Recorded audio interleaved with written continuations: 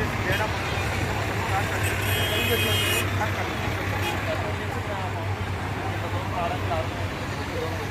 Sir ప్రశ్నించే గొప్పగా మూగపోయిన వారికి ఆయన సపోర్టుగా ఉండి ప్రతిపక్షంగా ఉన్నా కూడా ఆయన మా బుడగజంగల సమస్య పోయిన ప్రభుత్వం అన్యాయం చేస్తుంది.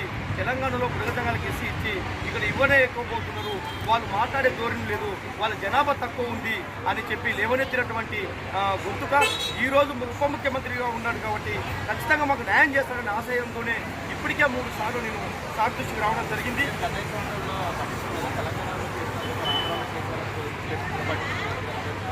సార్ ఎవరు చూసినా బుడగజంగల సమస్య పైన అన్యాయం జరుగుతుందని సానుభూతిగా చెప్పే పార్టీలో ఉండే కానీ ఏ పార్టీ కూడా మాకు దాదాపు 14 సంవత్సరాలు గడుస్తున్నా కూడా మా న్యాయబద్ధమైన ఎస్సీ రిజర్వేషన్ హక్కులు అందించడంలో అన్యాయం చేస్తూనే ఉన్నాయి సార్.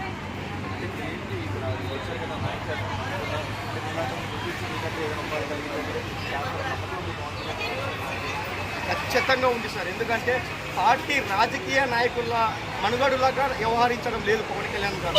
ఆయన సమస్యలను ప్రజల యొక్క సమస్యలను పరిష్కరించాలనే ఒక సిద్ధాంతంతోనే వచ్చినట్లే జనసేన పార్టీ. కాబట్టి ఆ పార్టీ ఖచ్చితంగా మాలాంటి సామాన్యుల సంచార కులాలకు న్యాయం చేసే విధంగా, న్యాయబద్ధంగా హక్కులు కల్పించే విధంగా ఈ పార్టీ ఉంటుందన్న ఆశయంతోనే ఇప్పటికే 4-5 సార్లు నేను ఈ జనసేన పార్టీ వైపు తీసుకొచ్చి వినతి పత్రాలు ఇస్తున్నాను. కానీ అక్కడ సమస్యలు పోతున్నాయి అధికారుల గురించి, అది మళ్ళీ ఎక్కడేసిన కొమ్మరి అక్కడనే ఉంటుందని చెప్పే బాధతో ఆవేదనతో తెలియజేస్తున్నాను.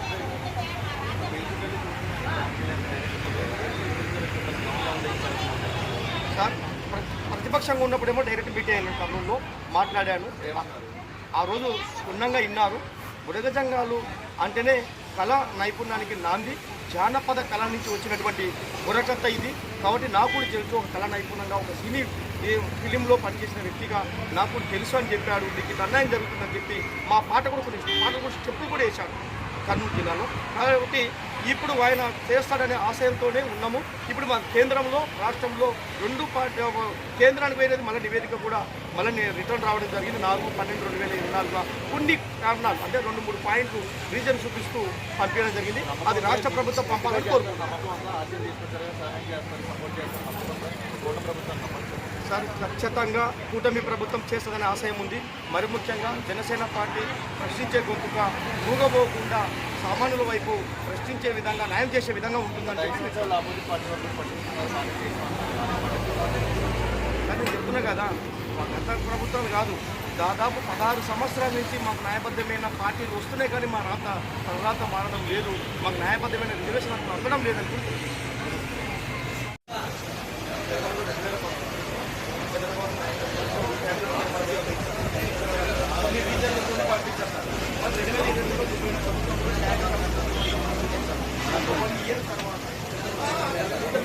అనుకున్నాను అన్న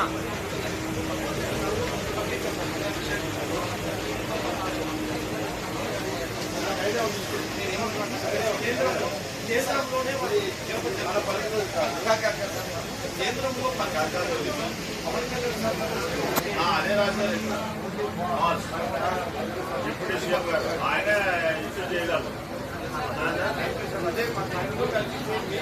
అంజనా అంజనా అంజనా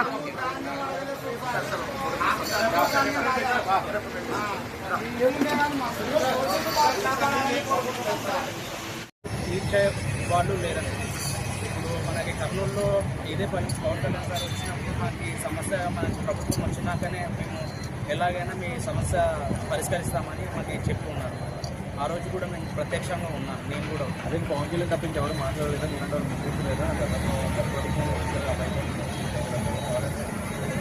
మాకు నమ్మకమైన నాయకుడు అంటే ప్రజెంట్గా పవన్ కళ్యాణే కనపడుతుంది. ప్రశ్నించే గొంతుగా అని పార్టీ పెట్టారు కదా సార్, దానికోసమే ప్రశ్నిస్తారు, మా సమస్య పైన ప్రశ్నించి పరిష్కరిస్తారని మాకు ప్రగాఢ నమ్మకం.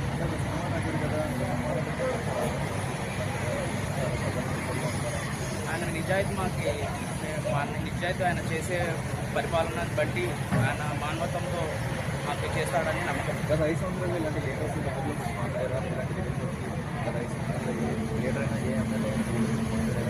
లేదు అలాంటివి అయితే ఏం లేదు సార్. ఒక ఎలక్షన్స్ ముందర ఓట్ల కోసం మాటలు మాట్లాడి ఇది చేసుకొని వాళ్ళ కాలం గడుపుకొని మాకు చదువుకున్నాను. నేను MBA చేశాను సార్. ఇప్పటివరకు నాకు ఎలాంటి అది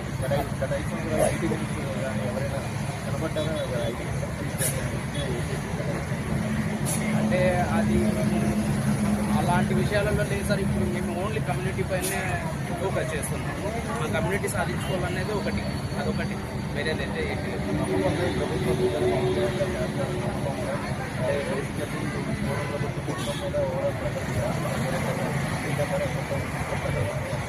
చేస్తారు సార్, 100% నమ్మకం సార్, 100% నమ్మకం.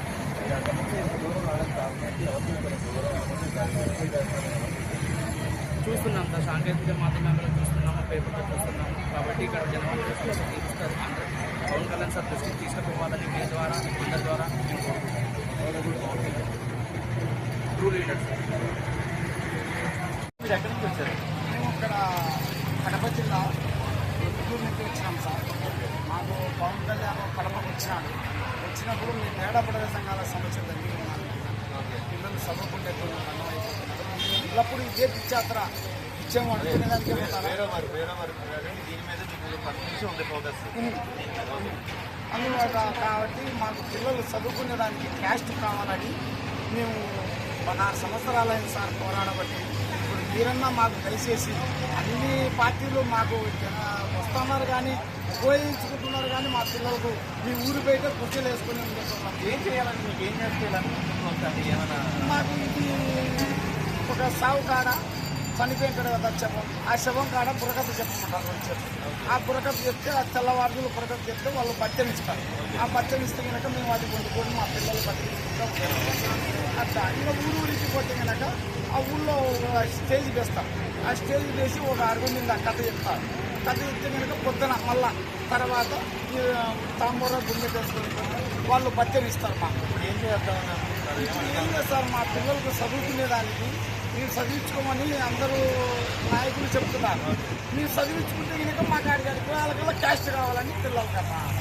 మాకు క్యాస్ట్ లేక మీరు ఇష్టం ఇచ్చిపోయి మళ్ళీ గింజల వ్యాపారం, ఒక సామాన్ల వ్యాపారం ఏం సార్ ఇక మళ్ళీ విచ్చాత్ర ఎత్తుకోవాల్సిన బాధ్యత వస్తాను సార్. దానివల్ల ఏమైనా చదువుకోవడానికి ఏమైనా ఉపాధి కలిగించలేదా? ఏమైనా చేస్తారని చెప్పి నమ్మకంగా మాకు పవన్ కళ్యాణ్ కాడికి వచ్చినాము. పవన్ కళ్యాణ్ చేస్తాడని మాకు నమ్మకంతో మేము ఆ పవన్ కళ్యాణ్ మాటలు కొన్ని మాటలు మాట్లాడతాం. అయ్యో గారు పవన్ కళ్యాణ్ రెడ్డి తందానామో దేవానందానా మాట వినకనా కడపలో నానా తందానావో దేవానందానా కడప జిల్లాకు వచ్చి మాట ఇచ్చినాడు బుడగద్దంగాలకు తందానా తందానా దేవానందనా. చెప్పినట్టు మాట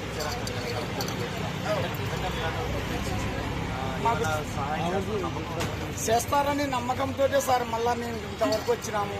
మాకు ఫుల్ నమ్మకం ఉంది. మాకు 16 సంవత్సరాలనే మా పిల్లలకు చాలా ఇబ్బంది పడుతున్నారు. మీరే మీ మీడియా వాళ్ళు కూడా మాకు దయచేసి అందరినీ చిన్న చిన్న వాళ్ళని ఇస్తారు. ఇప్పుడు 16 సంవత్సరాలు మమ్మల్ని ఒక గుర్తింపు చేయండి సార్. మీరు కూడా మీ మీడియా మిత్రులు కూడా మీకు నమస్కారం చేస్తారు.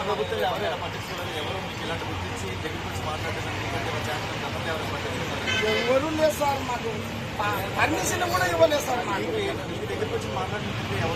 పవన్ కళ్యాణ్ బాగా మాట్లాడుతున్నారు సార్. చేస్తారని హామీ ఇచ్చినారు సార్. వచ్చినాడు, మేము మాట్లాడినాము, సంతోషంగా మాట్లాడినాము. ఇది చేస్తాను మా రాష్ట్ర నాయకుడు తో మాట్లాడినాము, చెప్పినాడు సార్. అందుకని ఇప్పుడు సంవత్సరం దాటిపోతుంది. ఇంకా ఏమి అనుకోకపోతే మేము ఇలాగా మళ్ళా విజయవాడ ఉంది సార్. ఉంది సార్.